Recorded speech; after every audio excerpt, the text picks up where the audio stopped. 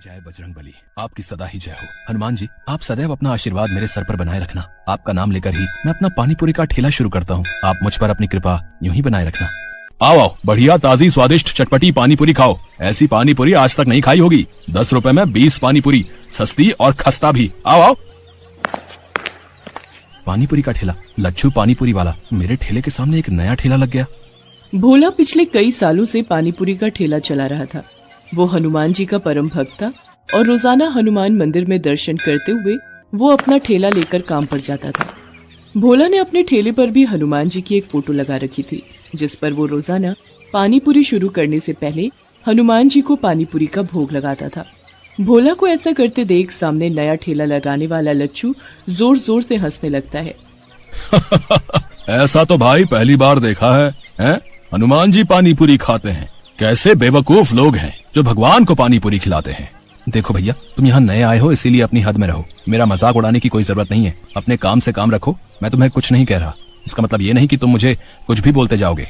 ऐसा है, अब यहाँ मैं आ गया हूँ। अब मेरा पानी पूरी का ठेला ज्यादा चलने वाला है। तुझे तो मैं कुछ ही दिन में यहाँ से तेरे हनुमान जी के साथ गायब कर दूंगा, समझा? लच्छू बदमाश टाइप का आदमी था। उसके कई बदमाश दोस्त थे जो खाली समय में उसके ठेले पर आकर मौज मस्ती करते थे। लच्छू जो पानी पूरी बनाता था उसका तरीका बहुत ही गंदा था। ये बात किसी को भी पता नहीं थी। ये काम वो चोरी छुपे करता था। भोला अपनी पत्नी ममता को इस बारे में बताता रहता था।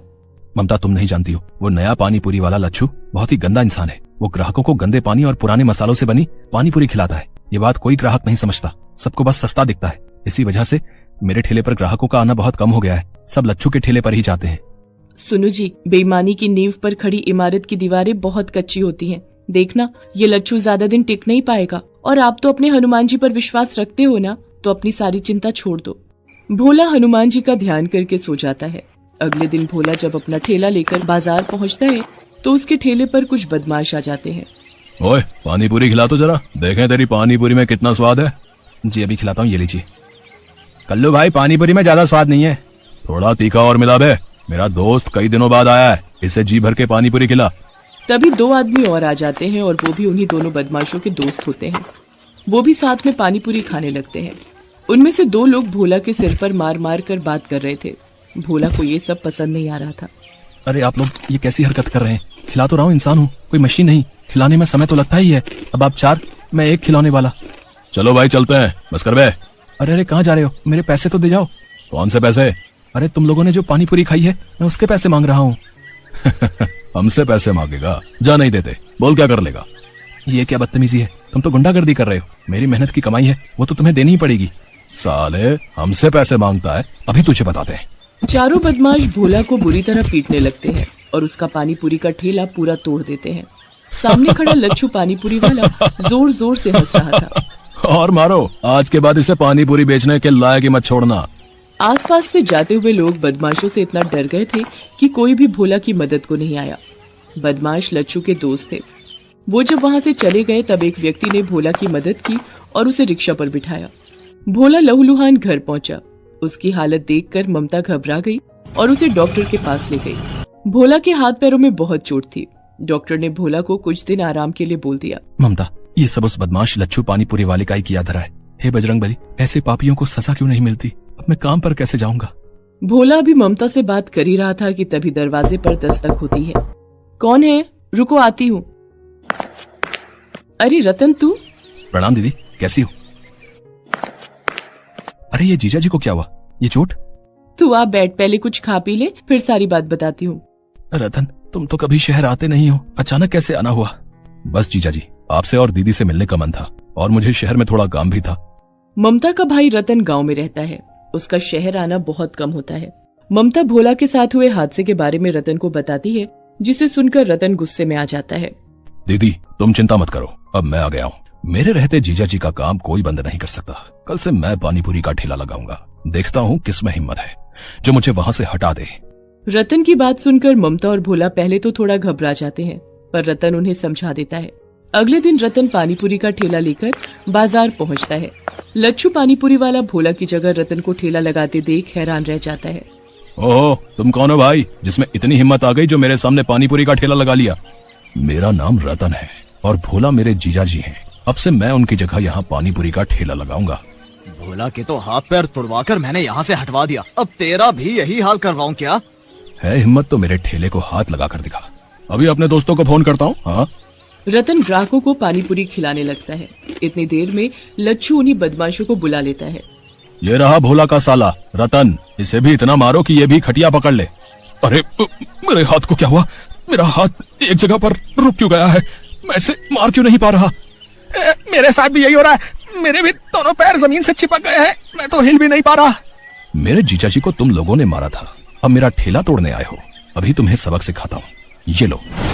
रतन उन बदमाशों को ऊपर नीचे घुमाता जाता है। वो उन्हें कभी आसमान में उड़ा देता है, कभी जमीन पर पटक देता है। रतन वास्तव में कोई और नहीं बल्कि हनुमान जी थे, जो भोला की सहायता के लिए धरती पर आए थे। वो तो बदमाशों को सबक सिखाना चाहते थे ताकि वो दोबारा कभी भोला को परेशान न कर सके, और ऐसा ही हुआ। बदमाश डर कर वहाँ से भाग गए। रतन गुस्से में लच्छू के ठेले पर जाता है। उसे देखकर लच्छू घबरा जाता है और माफी मांगता है।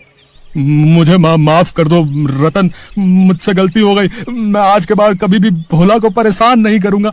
मेरा ठेला मत तोड़ना, मेरे घर में मेरी बीवी और बच्चे हैं, मैं इसी रोजगार के सहारे अपना घर चलाता हूँ।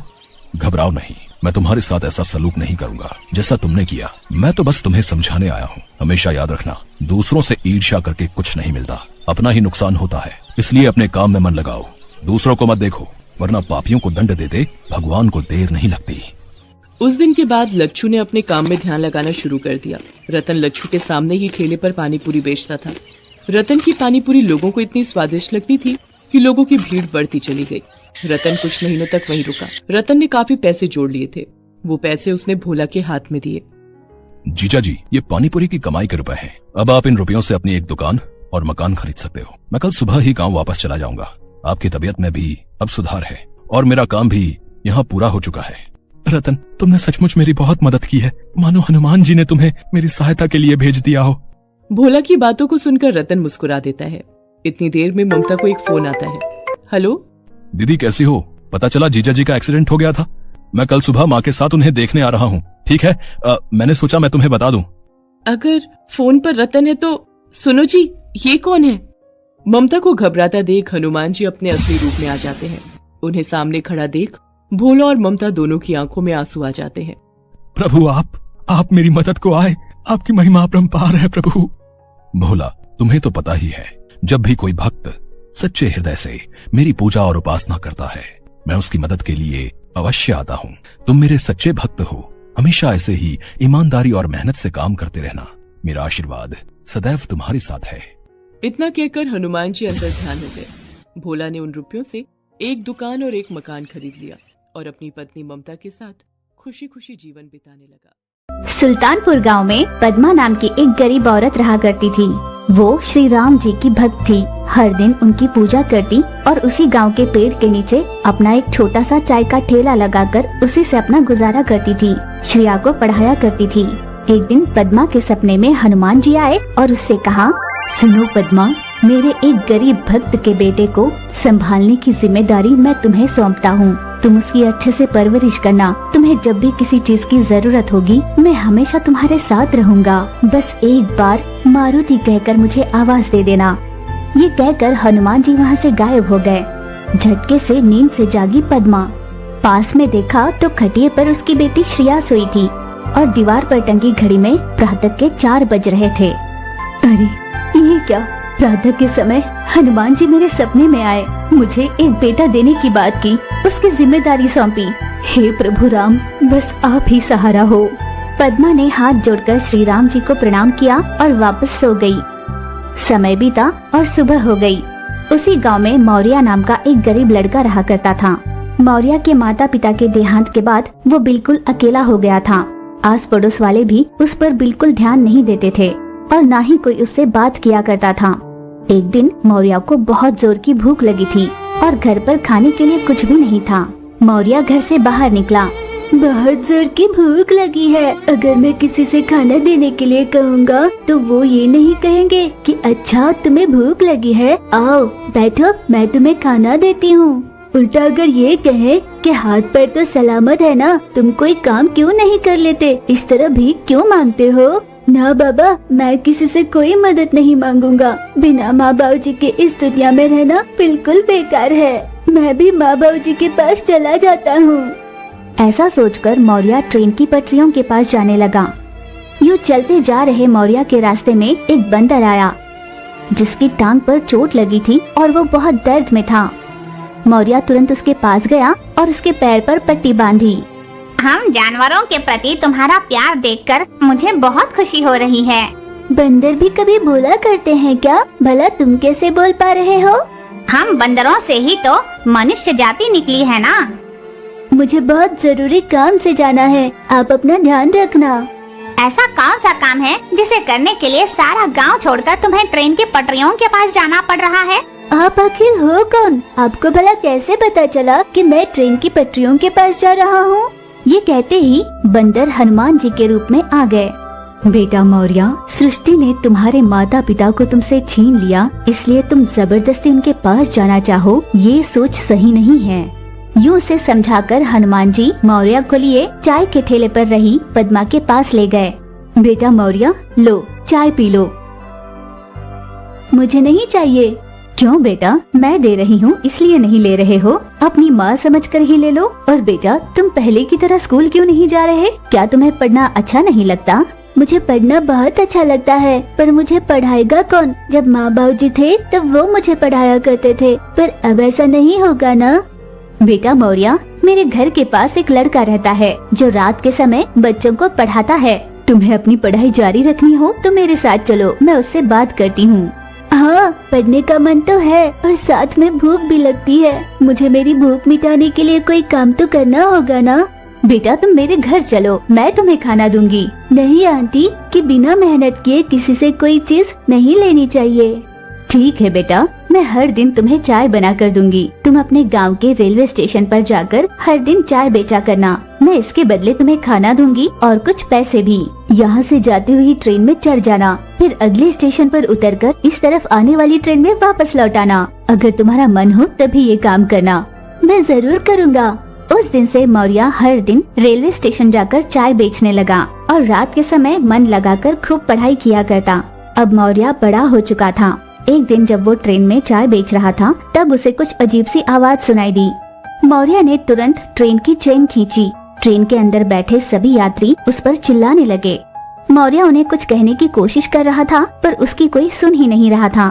इतने में ट्रेन चालक वहाँ पर आया। वो कौन है जिसने चेन खींची?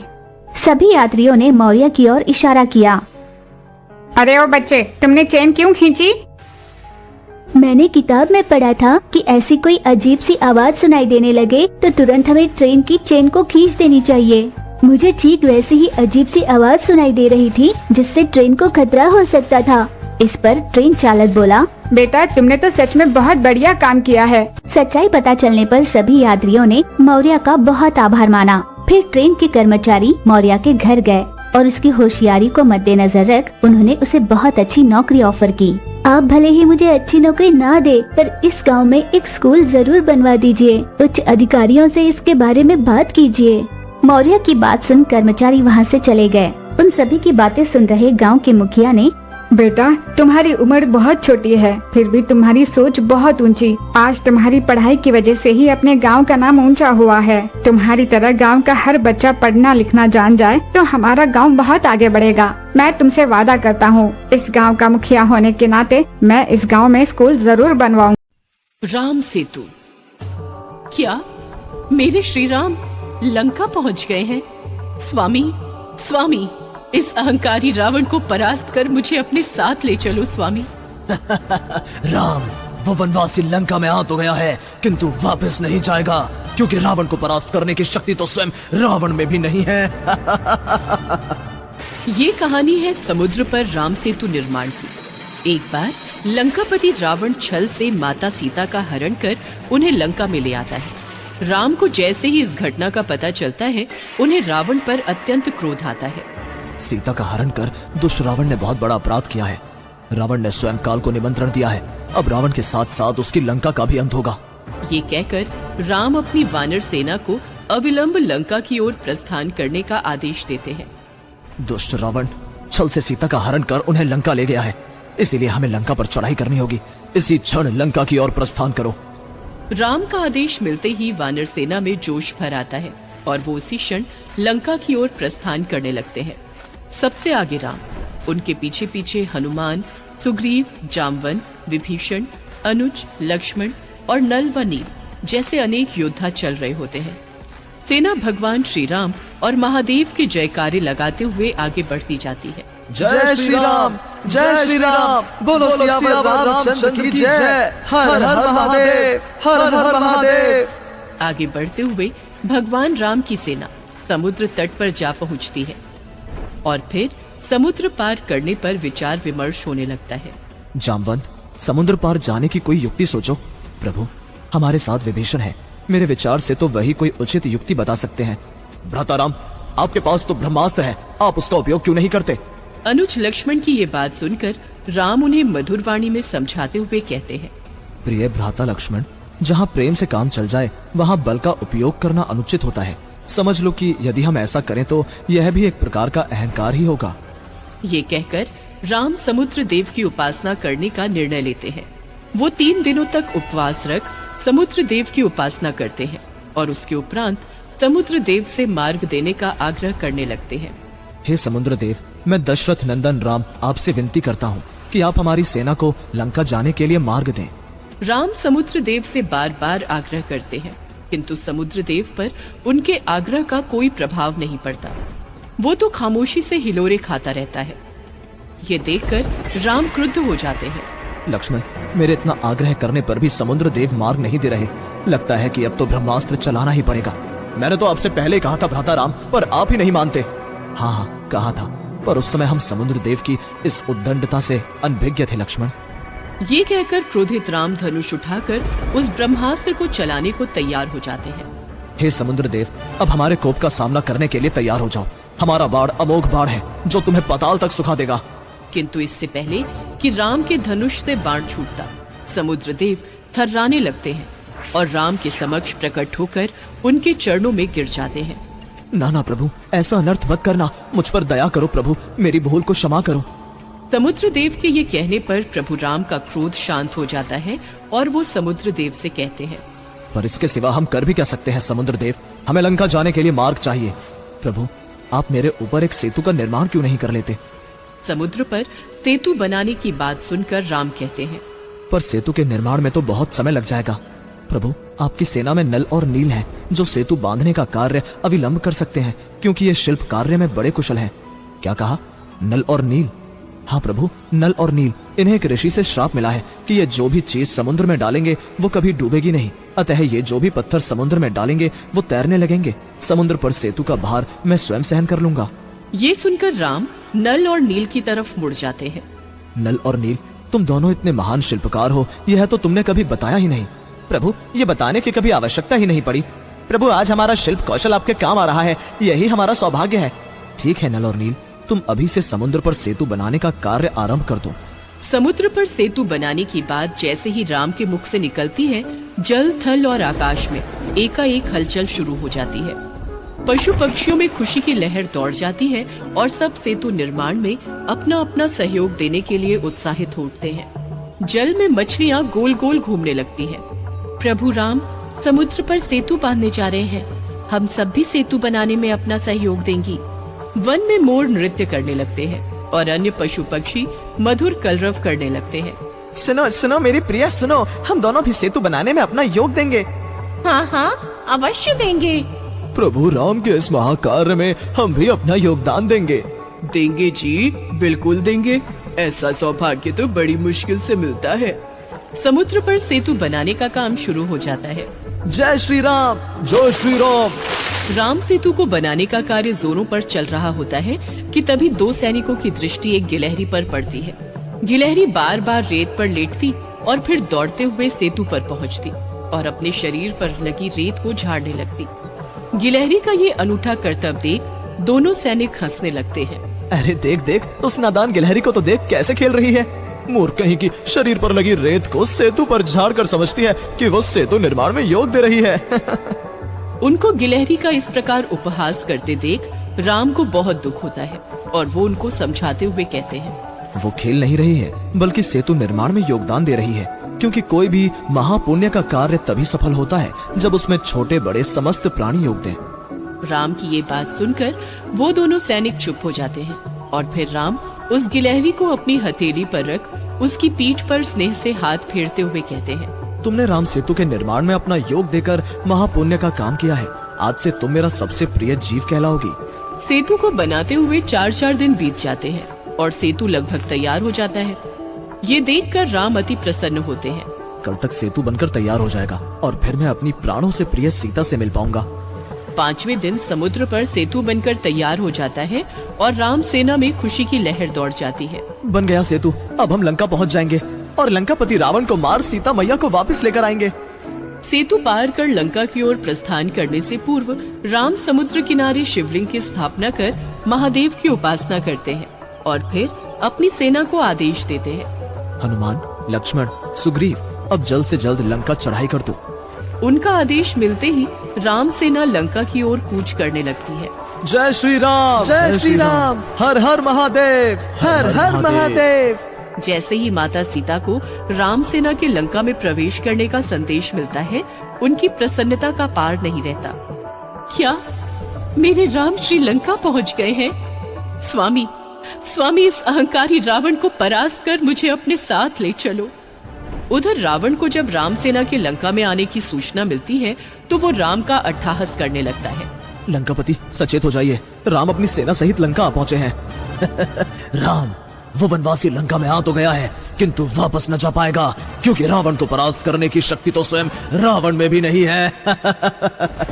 अगले ही पल लंकापति रावण और राम सेना के बीच प्रलयकारी युद्ध छिड़ जाता है। राम अहंकारी और दुष्ट रावण का वध कर देते हैं और माता सीता को वापस ले आते हैं।